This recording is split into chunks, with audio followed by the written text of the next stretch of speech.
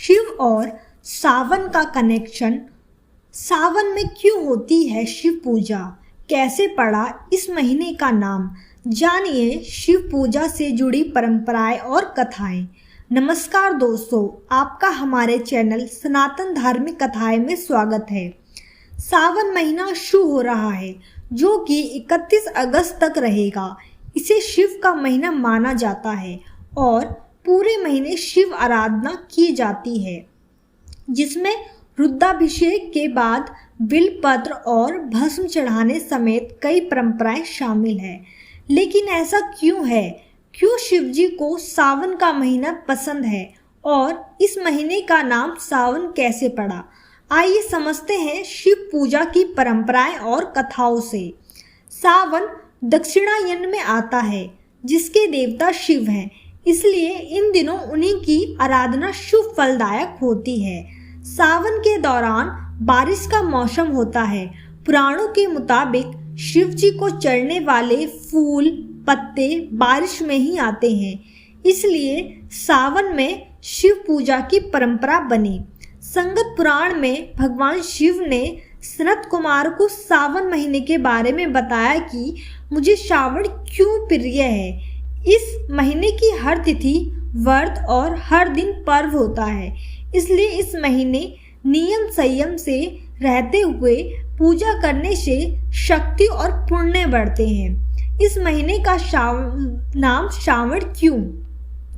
संगत और शिव पुराण के हवाले से जानकर इसकी दो वजह बताते हैं। पहली, इस महीने में पूर्णिमा तिथि पर श्रवण नक्षत्र होता है। इस नक्षत्र के कारण ही महीने का ये नाम पड़ा।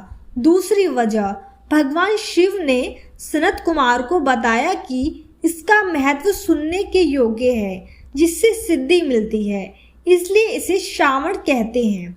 इसमें निर्मलता का गुण होने से ये आकाश के समान है, इसलिए इसे नभा भी कहा गया है। सावन का महत्व बताते हुए महाभारत के अनुशासन पर्व में अंगिरा ऋषि ने कहा कि जो इंसान मन और इंद्रियों को काबू में रखकर एक वक्त का खाना खाते हुए श्रावण मास बिताता है, उसे कई तीर्थों में स्नान करने जितना पुण्य मिलता है। एक बार की बात है, पार्वती की परीक्षा होती है। भगवान शिव पार्वती माँ की परीक्षा लेते हैं। देवी सती ने ही पार्वती रूप में दूसरा जन्म लिया था। इस जन्म में ही शिव को पति के रूप में पाने के लिए वे कठिन तप कर रही थी। शिव ने पहले सप्तियों को परीक्षा के लिए भेजा। सप्त ऋषियों ने पार्वती के पास पहुंचकर शिव की बहुत बुराई की, उनके दोष गिनाए, लेकिन पार्वती माँ अपने संकल्प पर अडिग रही।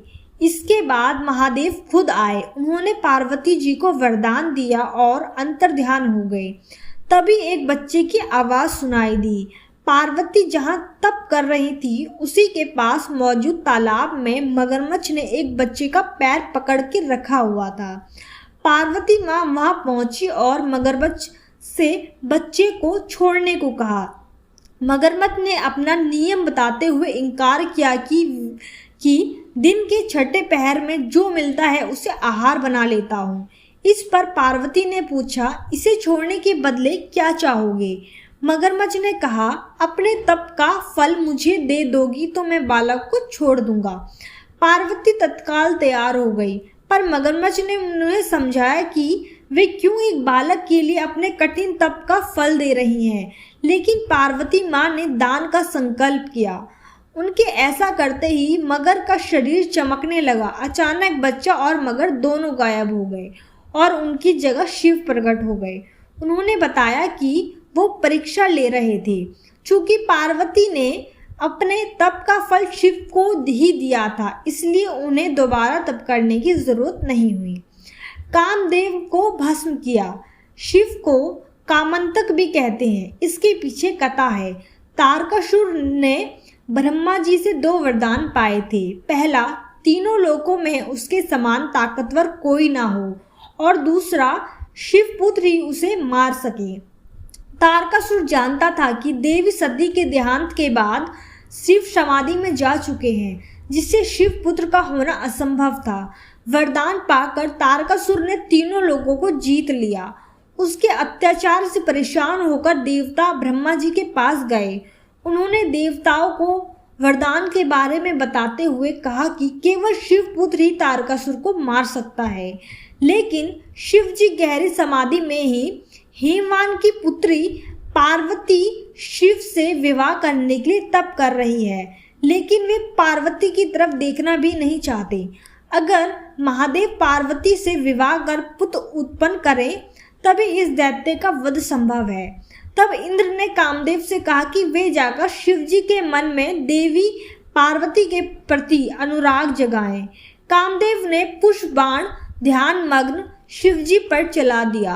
अचानक इस विघ्न से शिव जी बेहद गुस्सा हो गए और उन्होंने तीसरे नेत्र से कामदेव को भस्म कर दिया।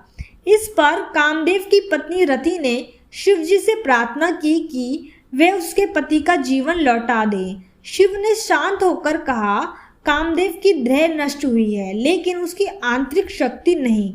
काम अब देह रहित होकर हर प्राणी के हृदय में रहेगा। वह कृष्ण अवतार के समय कृष्ण के पुत्र प्रद्युम्न के रूप में जन्म लेगा। तुम फिर उसकी पत्नी बनोगी।